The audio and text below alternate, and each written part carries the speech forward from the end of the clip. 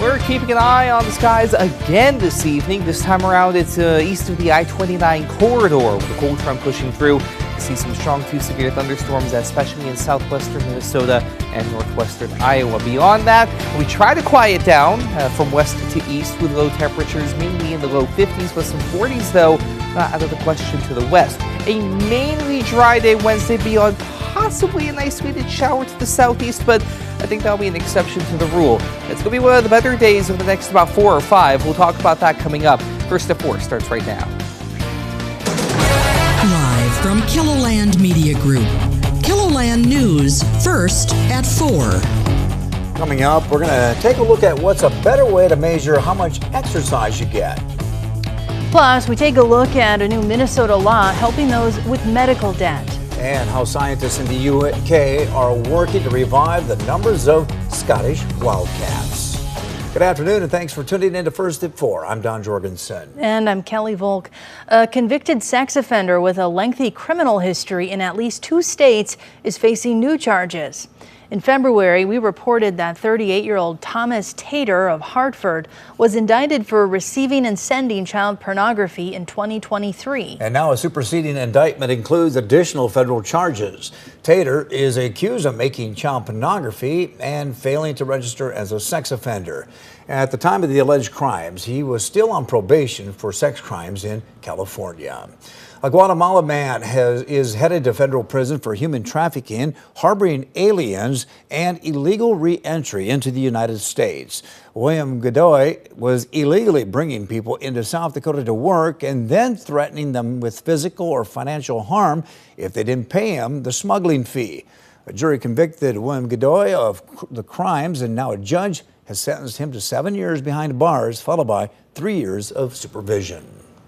A Sioux Falls bank robbery suspect now faces federal charges. According to police, 57-year-old Melvin Gatlin walked into a bank on West 41st Street on March 22nd, handed a teller a note, and got away with cash. Investigators used surveillance video to figure out the alleged robber's license plate number. Authorities in Minnesota arrested Gatlin after he returned home to Richfield, Minnesota. Gatlin appeared in federal court this week and entered a not guilty plea. The Brookings County Sheriff's Office is asking for your help in finding the person who stole a beehive southeast of Brookings.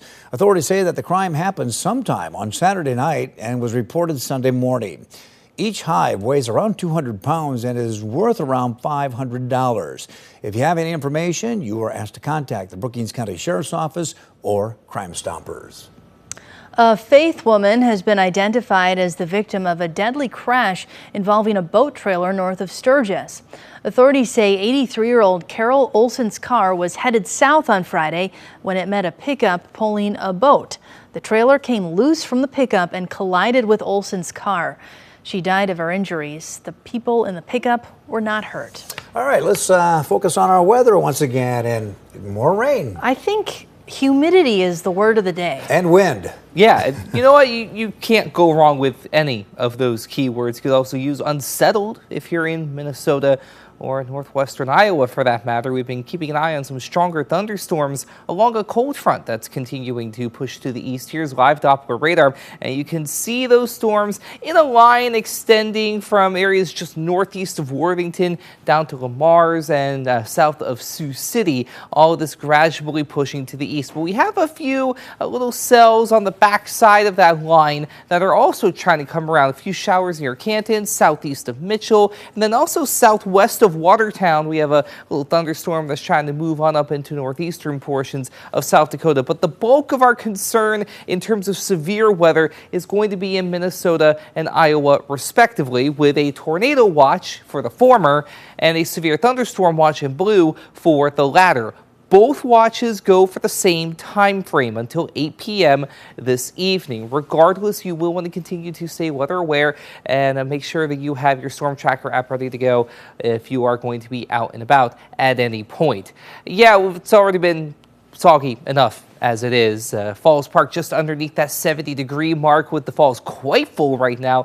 West wind at 16 miles per hour. On top of the rain that we've already seen today, we have more that we're going to be keeping an eye on for your day on Thursday, mainly into Friday. Notice I had to skip Wednesday. We'll talk about that in a little bit. We're also going to talk about where that cold front is. You can see it east of I-29, 83 in Marshall, 88 towards Spencer. But on the flip side of that, 69 degrees in Sioux Falls, 67 Huron, 68 for Pierre, 65 in Mobridge, and even some 50s out toward Custer.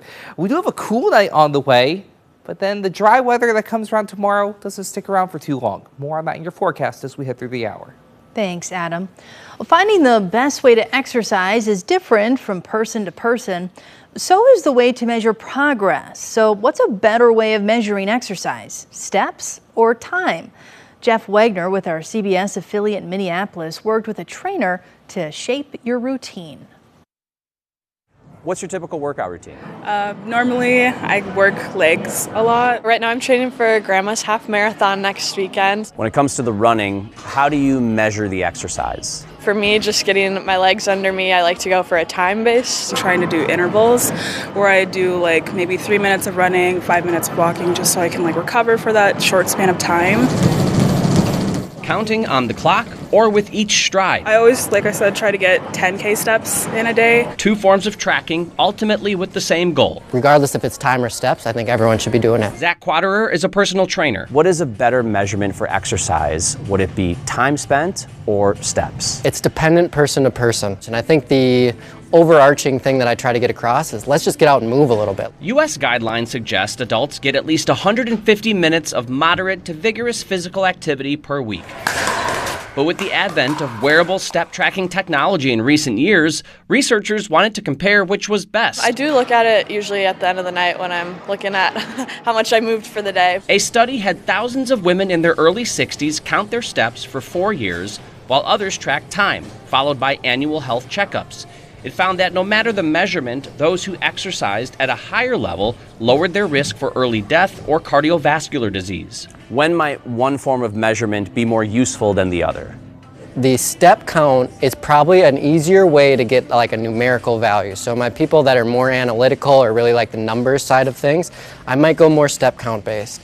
My people that are kind of a little bit more free flowing with what they want to do, can I get you to walk for 45 minutes throughout the day? Counting your steps can also be a way to measure distance. The average adult step is about 2.5 feet, meaning you would need to do 2,000 of them to reach 1 mile.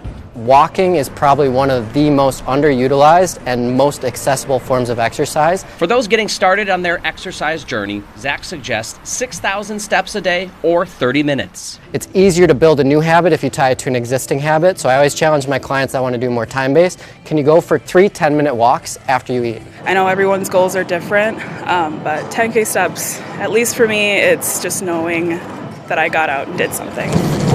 With photojournalist Jose Pascual, Jeff Wagner, WCCO News.